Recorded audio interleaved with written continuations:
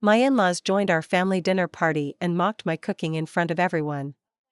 "Father-in-law, you should just order takeout next time." I excused myself, packed up my things, and walked out while guests watched in silence.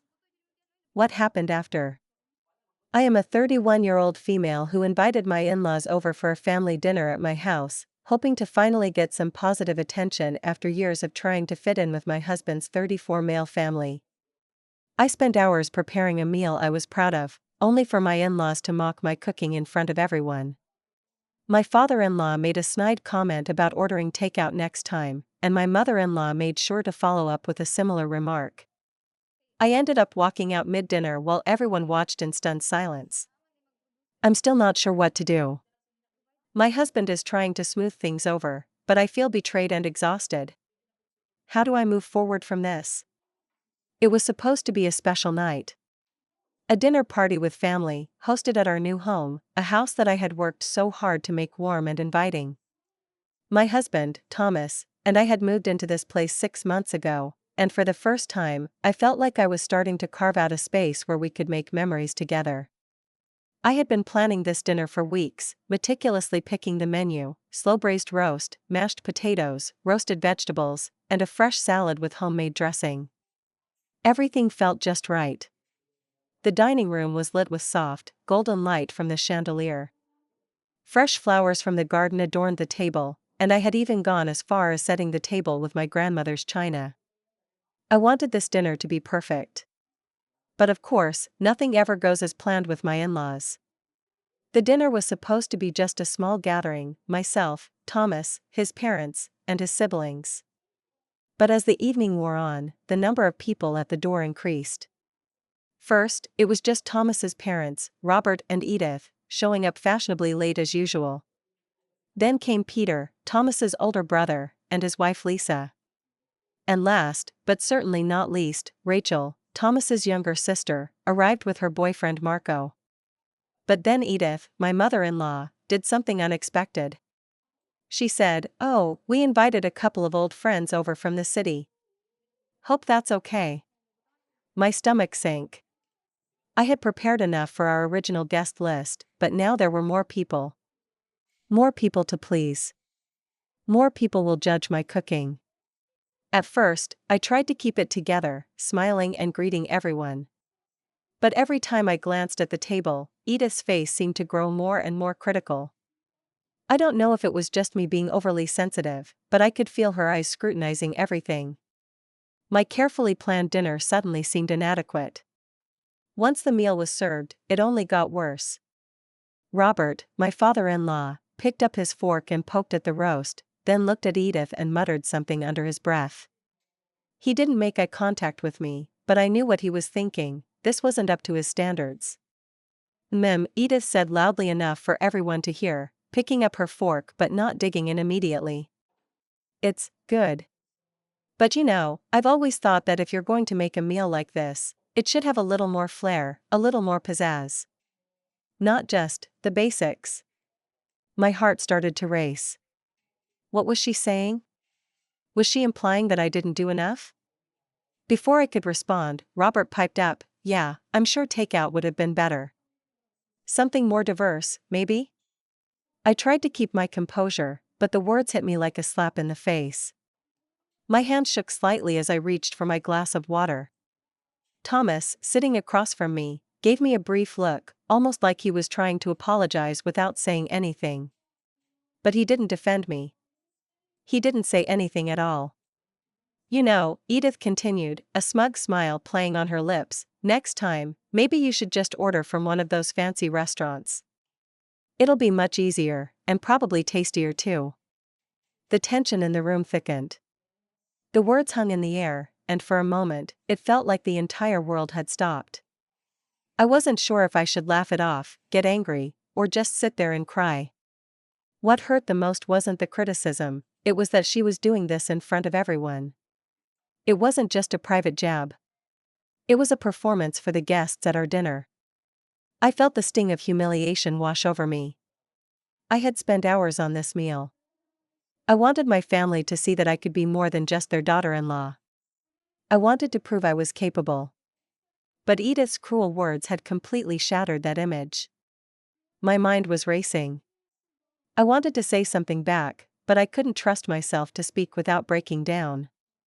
The silence in the room was deafening, and all I could hear was my heart pounding in my chest. I glanced around the table at the others, hoping for some sign of support, but no one said a word. Rachel, Thomas's sister, looked uncomfortable, but she didn't intervene. Peter and Lisa exchanged uneasy glances, but again, no one spoke up. The silence felt suffocating. The laughter from earlier in the evening seemed miles away now. I couldn't sit there anymore. I stood up so suddenly that my chair scraped against the floor, cutting through the tension.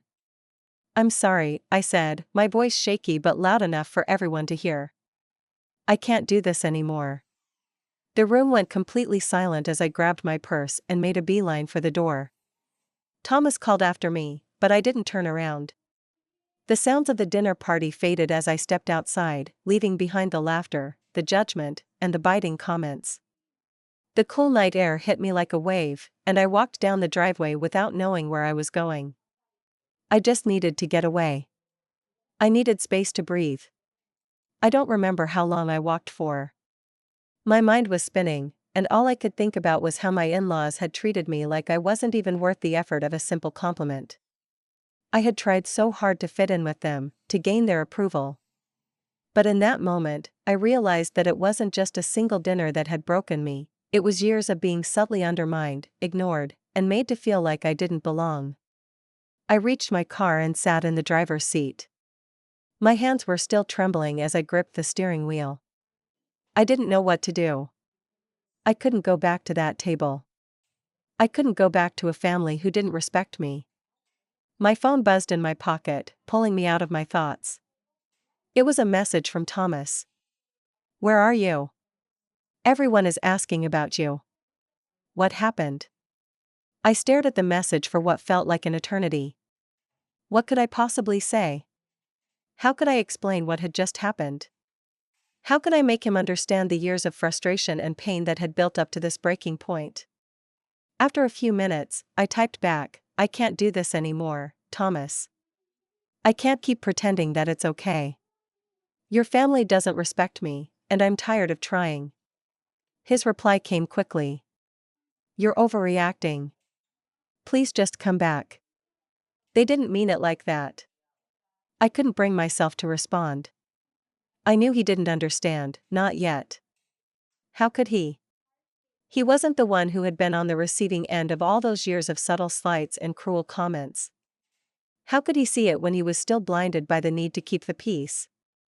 I spent the rest of the night at a friend's house, trying to calm down, but the anger and humiliation still burned inside me. My phone buzzed again. It was Thomas, calling this time. I let it ring out. I wasn't ready to talk to him. It wasn't until the following morning that I even considered answering his messages. I had spent hours the night before replaying everything over and over again. I had been in so much emotional turmoil that I couldn't think straight.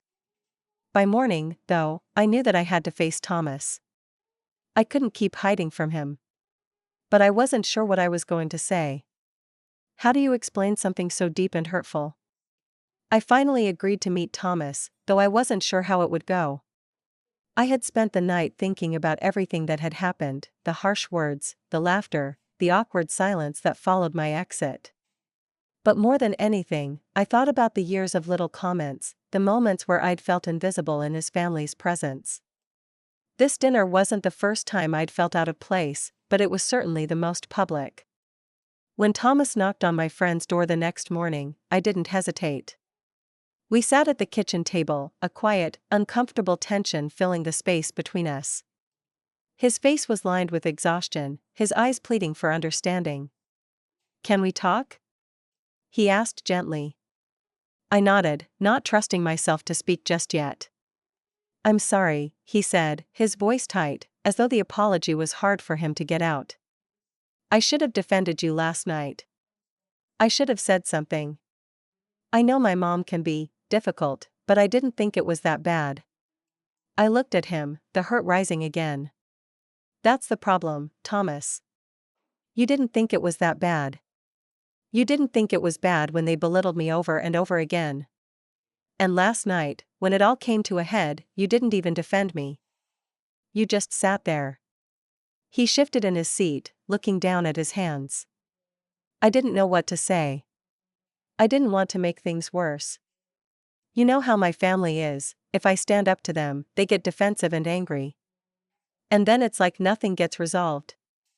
I didn't want to escalate it. You don't get it, I said quietly, shaking my head.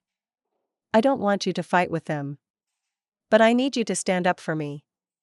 I've been trying to prove myself to them for years, and every time I think things might be okay, they do this.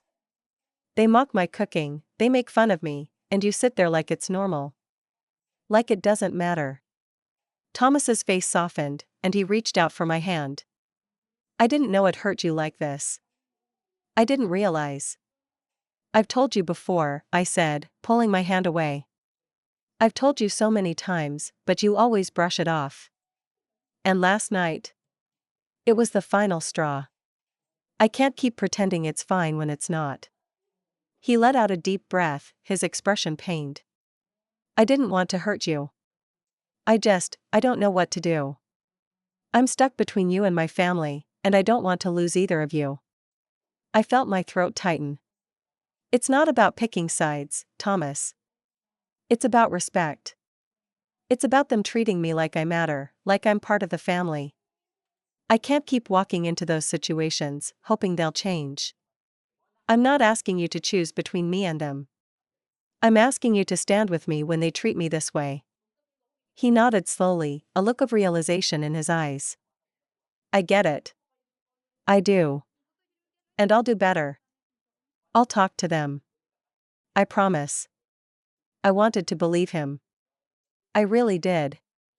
But something inside me knew that change wasn't going to come overnight. It never did.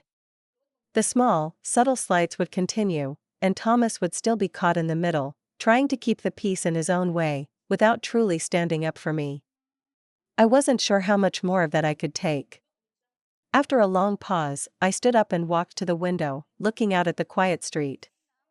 I don't know if I can just forget last night. I don't know if I can keep going, trying to make things work when I feel so small in your family's eyes. Thomas came up behind me, placing a tentative hand on my shoulder. I don't want you to feel like that. I love you, and I want to fix this. His words, sincere as they seemed, didn't quite reach me the way they once did. Maybe I'd been waiting for this moment too long, and now that it had arrived, I wasn't sure if it could heal the wounds. His love for me felt real, but love wasn't enough to make the hurt go away. I need some time, Thomas, I said, my voice soft but firm. I need to think. I need to figure out what I want from this. And I need to know that, no matter what happens, you'll be there for me, without hesitation. He didn't respond right away, but his silence spoke volumes. I wasn't sure if he truly understood the depth of what I was saying, or if he just wanted things to go back to the way they were. He hadn't asked for a break, but I felt like I needed one. I needed space to process everything that had happened. I'm not saying it's over, I added, looking back at him. But I need space. Thomas nodded, his eyes filled with regret. I'll give you time. I don't want to lose you. The sadness in his voice tugged at my heart. But the truth was, I felt like I was losing myself in this mess. I didn't want to lose him either, but I couldn't keep sacrificing my own dignity just to be part of a family that didn't seem to care. The next few days were a blur. Thomas gave me the space I needed, which was both comforting and unsettling. I had time to think, but I still couldn't shake the feeling that everything had changed. The idea of confronting his family about their behavior seemed daunting. I didn't want to cause more conflict, but I couldn't just let them continue treating me the way they had. I kept replaying the dinner in my head, the mocking comments, the silence that followed when I walked out, and the sting of rejection that came from people who were supposed to be my family. And I kept thinking about Thomas, sitting there, saying nothing. He called me later in the week. He sounded calmer, more composed. I talked to my parents, he said. I told them that their comments were hurtful, and I asked them to be more respectful of you in the future. I felt a flicker of hope, but I wasn't sure if it would be enough. How did they respond? They were defensive at first, he admitted, but eventually, they acknowledged that they had crossed a line. They apologized, sort of. Sort of? Yeah, they weren't exactly humble about it, but I think they got the message. They agreed to be more respectful. But I can't promise things will change overnight. I wanted to believe him. I really did. But I had to be realistic. People don't change that quickly, especially not after years of ingrained behavior. I wasn't sure if I was ready to trust that they would. I appreciate you talking to them, I said quietly. But I need to see it for myself. I need to see that they're actually going to try. I understand, Thomas replied softly. I'll do whatever it takes. As the days passed, I tried to keep my distance, not just from Thomas, but from the entire situation. The hurt still lingered, but so did the desire for change. I was sick of being made to feel small, like I wasn't good enough. But I didn't want to destroy my marriage or create an irreparable rift with his family, either. The last thing I wanted was to leave the mess unresolved. But the more I thought about it, the more I realized something. I had been trying to be the perfect daughter-in-law for years, and for what? For their acceptance? Their respect? They hadn't given me either, no matter how hard I tried. I had to stop seeking their approval, and that meant not only standing up for myself but making sure they knew they couldn't walk all over me anymore. One morning, about a week after the dinner, I woke up with a sense of clarity. The weight in my chest that had been there since the incident felt lighter. I knew what I had to do. The best revenge wasn't making them feel bad, or causing a scene, it was showing them that I didn't need their validation. It was about showing them that I was in control of my life, not them. I called a family meeting. I didn't tell Thomas at first. I wanted to take the reins on this one. I didn't need him to protect me anymore. It was time to stand on my own 2 feet. When I invited Robert, Edith, Peter, and Rachel over, they came, hesitant but willing to attend. They had no idea what I was about to say. I had everything ready, a beautifully laid out table, but no food. Instead, there were letters in front of each seat, all written by me, and a small glass of water next to each one. It was a calm, almost ceremonial setup. I had no intention of screaming, but I wasn't going to sugarcoat things anymore. As they sat down, I could see the confusion in their eyes. "Where's the dinner?"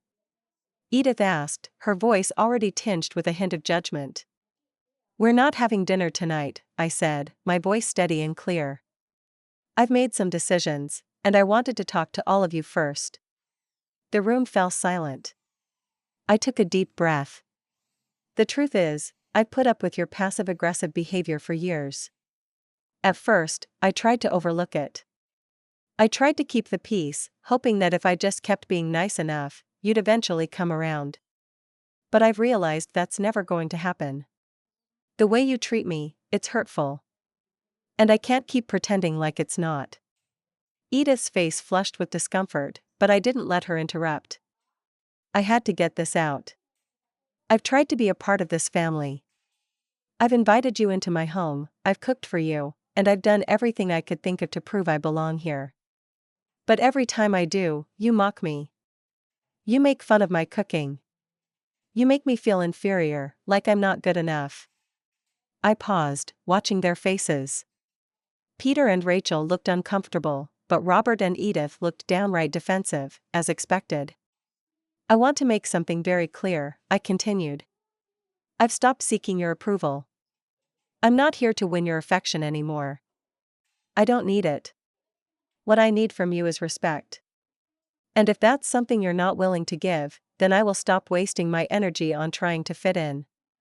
I could see them squirming, but they didn't say anything. They were too busy processing what I'd said. That's when I picked up the letters I had written for each of them. I slid them across the table, one by one, ensuring each person had one in front of them. You can read those when you're ready. They're for you. I've said everything I need to say to your faces, but I wanted you to have the chance to think about it. I watched as Edith's hand twitched, clearly wanting to pick up the letter but holding back. Robert's brow furrowed, but I could see the flicker of guilt in his eyes. You don't have to read them now, I said, my tone firm but calm. But you will. Because this isn't about me being your daughter-in-law or a guest in your life anymore. This is about me being a person with my own boundaries, and you either respect that, or you won't be welcome in my home again. If you can't respect me, then I'll keep my distance. I've been more than clear. I stood up, ready to leave. I wasn't going to sit through a lecture or an argument. We're done here, I said, turning to walk toward the door. Take all the time you need to read the letters. I'm not angry. I'm not asking for your approval anymore. But I won't tolerate being disrespected. And with that, I left. It felt like a weight had been lifted off my shoulders, and the more I walked away from that house, the more I realized that I was doing the right thing. Over the next few weeks, there was a shift in the air. The phone calls stopped being about small talk and instead started turning into genuine conversations. Thomas, as expected, still struggled with how to navigate this new dynamic with his parents, but he started to open up more about how he felt caught between me and them. He apologized again, and this time I could see it was sincere. But it was the moments with his family that felt most significant. When I did see them again, at a family gathering I had agreed to attend, it was different. The usual barbs, the mocking looks, and the subtle digs were gone. Edith, who had been the most vocal critic, actually complimented me on a dish I made. I could see the effort in her eyes. She wasn't perfect, but she was trying. They weren't perfect either, but things had changed. It wasn't so much that I had won, but rather, I had gained something I hadn't thought possible: respect, on my terms. I didn't need to fight them. I didn't need to make them suffer for what they'd done. I had simply stopped allowing their cruelty to affect me.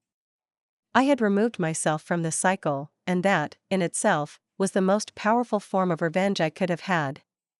And in the end, that was more satisfying than any petty revenge could ever be.